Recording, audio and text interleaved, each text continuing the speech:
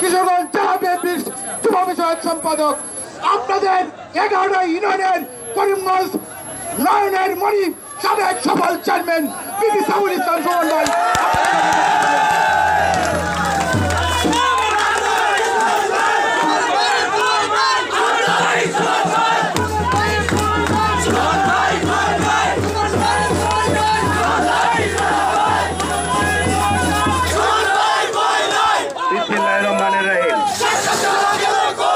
প্রিয় উপস্থিতি, আপনারা জানেন যে একটা ফ্যাসিস্ট স্বৈরাচারী সরকার অবৈধভাবে এই দেশের মানুষের ম্যান্ডেটকে উপেক্ষা করে এটা জবরদখলের মতো, চোর দখলের মতো বাংলাদেশ নামক রাষ্ট্রটিকে দখল করে তারা দীর্ঘ 20 বছর যাবৎ শোষণ করছে, শাসন করছে, মানুষকে বঞ্চিত করছে, নির্যাতন করছে, জেলে দিচ্ছে, খুন করছে, গুম করছে, হত্যা করছে। এখনো কোনো পন্থা নাই যে পন্থা দেশের মানুষকে তাদের বাক স্বাধীনতাকে হরণ করার জন্য যারা যারা কোনো অন্যায়ের কোনো প্রতিবাদ না করতে পারে, তাদের সেই অপকর্মর প্রতিবাদ যাতে করতে না পারে, এখনো কোনো পন্থা নাই যে পন্থায় দেশের মানুষের উপর নির্যাতন চালায়নি।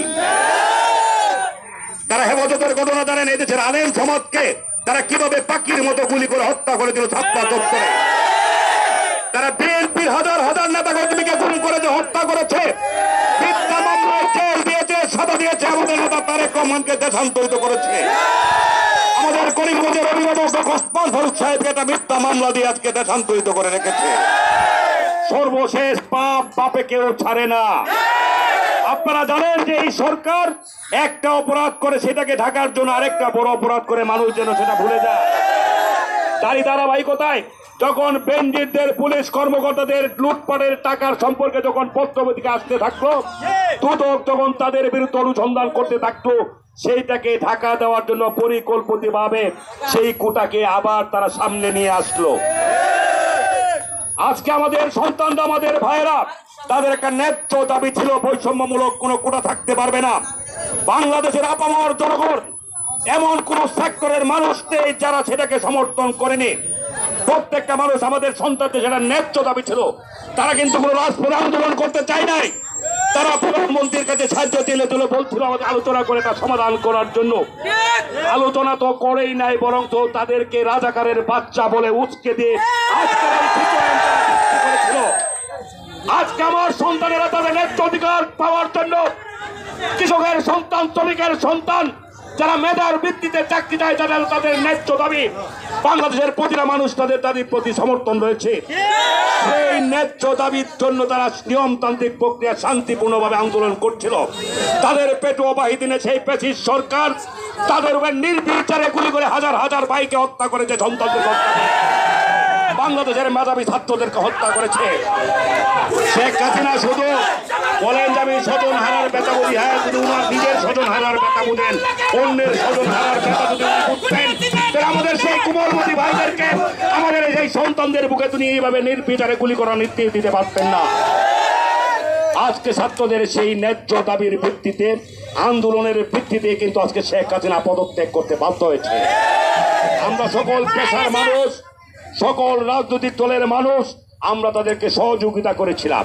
ছাত্রদেরকে আমি অনুরোধ করবে, আমাদের যারা সমন্বয়ক রয়েছে করিমগঞ্জের জেলার তথা বাংলাদেশের যারা ছাত্রদের যারা সমন্বয়ক রয়েছে, তারা পরবর্তী সিদ্ধান্ত আপনাদের আমাদের কাছে থাকবে, ঘোষণা করবে। আমরা সেই ভাবেই তাদেরকে সহযোগিতা করব। আমরা প্রথম বিজয় অর্জিত করেছে ছাত্ররা, আমরা তাদের পাশে আছি। শেখ হাসিনা পদত্যাগ করতে বাধ্য করেছে, আরো কিন্তু অনেক কিছু হয়ে গেছে। তারা আমাদের ভাইদেরকে, আমাদের সন্তানদেরকে, কোমলমতি সন্তানদেরকে হত্যা করেছে, বিনা বিচারে হত্যা করেছে। তাদেরকে আমরা ফাঁসি কাটতে চড়ানো পর্যন্ত আমরা ঘরে ফিরে যাব।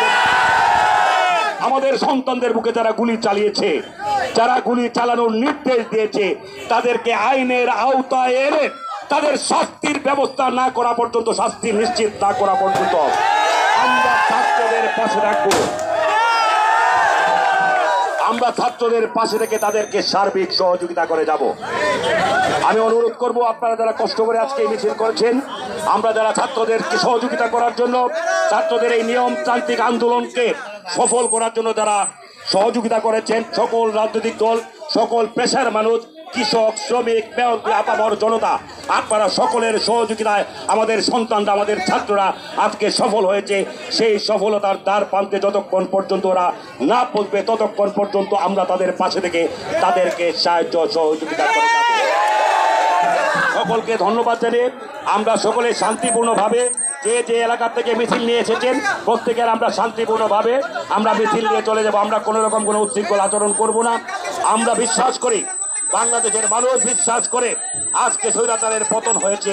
আমরা সেই পতনের উদ্ভাসিত, উল্লসিত, আমরা আনন্দিত। পাশাপাশি আমি বলতে চাইছি, আনন্দ থেকে আমরা তাদের মতো কোনো ভয়ঙ্কর কোনো অপরাজনীতি আমরা করব না। কোনো রকমের সংঘাত, কোনো রকম ক্ষতি। আমি বলি কালকে আমরা 10টা বাজে সব ছাত্ররা আবার বাইরে মিছিল নিয়ে আর বলে দিবেন প্রত্যেকটা দোকানে দোকানে জাতীয় পতাকা থাকবে আমাদের। প্রিয় নেতৃবৃন্দ, আমাদের স্থায়ীর সন্তান ছোট ভাই করিমগঞ্জ উপজেলা ছাত্রদের সমন্বয়ক ওনারা আমাকে বলেছেন যে আগামীকাল 10টায় আপনারা প্রত্যেকেই করিমগঞ্জে চলে আসবেন। এরা একটা বিজয় মিছিল করবে। পাশাপাশি করিমগঞ্জের ব্যবসায়ী ভাইয়েরা এবং বিভিন্ন এলাকা থেকে যারা এসেছেন আপনাদের কাছে অনুরোধ হবে, আপনার নিজ নিজ এলাকায় যত ব্যবসা প্রতিষ্ঠান রয়েছে সেই এলাকায় আপনারা জাতীয় পতাকা উত্তোলিত করে তাদেরকে সমর্থন জানাবেন, আমাদের সন্তানদেরকে সাহস যোগাবেন। সবাই জুড়ে আমি শুধু সর্বশেষ বলতে চাই, 71 আমার বাবা যুদ্ধ করেছিল। আজকে নতুন করে আমাদের সন্তানরা, আমাদের ছোট ভাইয়েরা, আজকে সাধারণ শিক্ষার্থীরা আরেকটা যুদ্ধ করেছে, আরেকটা মুক্তির সংগ্রাম করেছে। যে সংগ্রামের বিজয়ের মাধ্যমে আজকে সেই স্বৈরাচারী শেখ হাসিনার পতন করেছে। আমি সেই কোমলমতি ছাত্রদেরকে সেলুট জানাই, সভা থেকে ধন্যবাদ জানিয়ে আমি আমার কথা শেষ করছি। খুদা হাফেজ, ধন্যবাদ সবাইকে, আসসালামু আলাইকুম।